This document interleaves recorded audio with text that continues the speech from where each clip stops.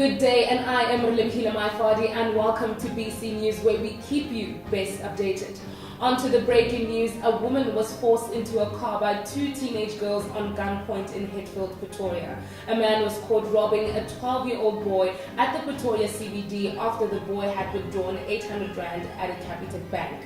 And unsurprisingly, the Pretoria CBD and neighbour Sunnyside are ranked first and second in vehicle-related crimes across the whole Gauteng district.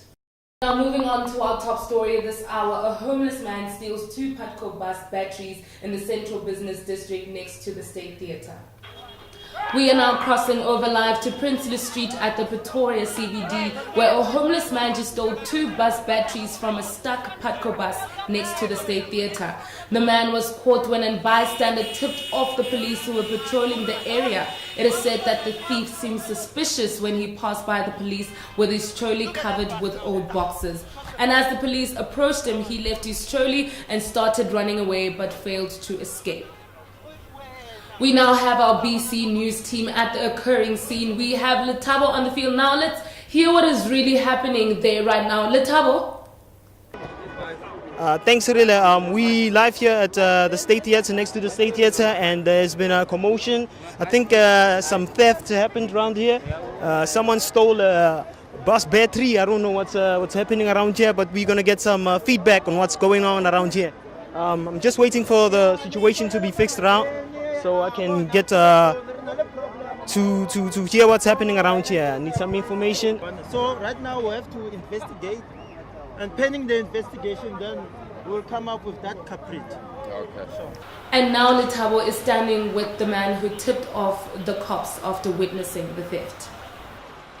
Mthagola go tsadi chance so betha di battery ka mora di lori tsa phat. Okay. And ya tura battery tsele one ke 10,000. Ke 5,000 e one. A di le 2 ke 10,000. Okay, 10,000. O mama thati. Ene mongwa bese ka yena. Ka mkholo bona ngati no sna motho mo. Na ba try ya bohodu ba bona ba palo. Okay, thank you, Braga. Thank you. Reporting live from State Theatre. Back to you, really. Alright, thank you to Letabo and the crew for bringing us the exclusive scenes live from the CBD. Now the police are working on further investigations, as we heard from the patrol sergeant, and will definitely bring you the follow-up story from here on. Now with the sports, David Lukwan.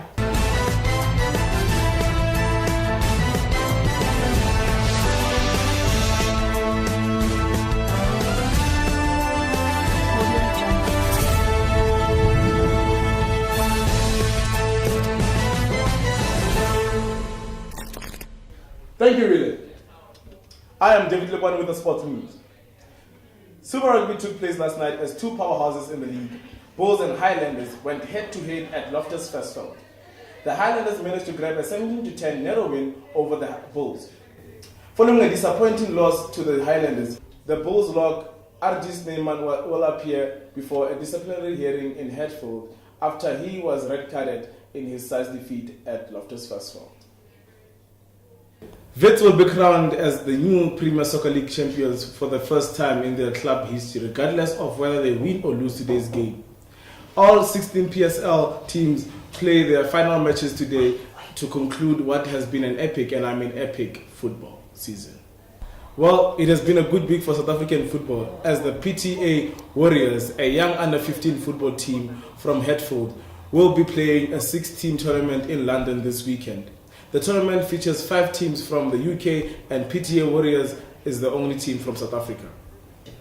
The South African national netball team, nicknamed the Spa Proteas, will take part in the biggest netball stage of them all, which is the World Cup. The Spa Proteas are preparing for their second consecutive World Cup in 4 years. They came 5th in their last World Cup games in 2015 and have kept the 5th spot in the INF World Cup rankings. The team played their qualifiers last year in Botswana and managed to get a spot in the upcoming World Cup that will take place in Botswana. The games will start from the 12th of July till the 16th of July. The Spa Proteas are fully prepared to bring the trophy home, and their first team top 12 players will be announced tomorrow. Well, we played qualifiers last year in July in Botswana, where about 10 African countries came down. It was called the African Qualifiers, and that is when we won the qualifiers and we qualified to go and play World Cup next year. Netball South Africa has got a few sponsors. One of our sponsors is Canterbury. They are clothing sponsors. We've got ASICS that sponsors our footwear, and we've also got SPA that sponsors basically all the activities that have to do with Netball South Africa. Also Energade is our official sponsor when it comes to energy drinks. We've played in the previous World Cup and we ended 5th, so we're hoping to improve our ranking at the upcoming World Cup in July. Our girls are doing well. We would love to win the World Cup, but right now we're just aiming at improving our ranking at the World Cup, and it's looking positive. The team will be announced tomorrow at 2 p.m. Central Time, right here on BC News.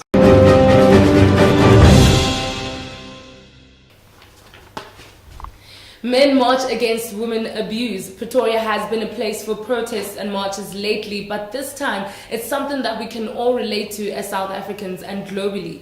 This morning saw the beginning of a growing independent movement, #NotInMyName, where for the first time in our South African history, an estimated 3,500 men marched against women abuse in Pretoria. The march began from the church square all the way to the union buildings. This movement is formed to stop raise concern over the killings, rape and abuse of women by men. Yeah, all the groups are actually marching against the women and children abuse. Yes. As men, we actually decided to come together to the day of today, and we make sure that we put a stop into this. Yeah. Yes. Okay. So what's happening now? Where are we going from here? As we are marching now, we're actually marching to the union building, where we're gonna head over the memorandum. You're welcome. Not in my name. Not in my name. Not in my name. Not in my name. Not in my name. We are calling upon government institutions once again, civil organizations, political parties, churches, leaders of societies, and especially most of all, business. Absolutely wonderful. It's good to see men in support of the fight against women abuse. Till next time, my name is Mansardians and this is BC News.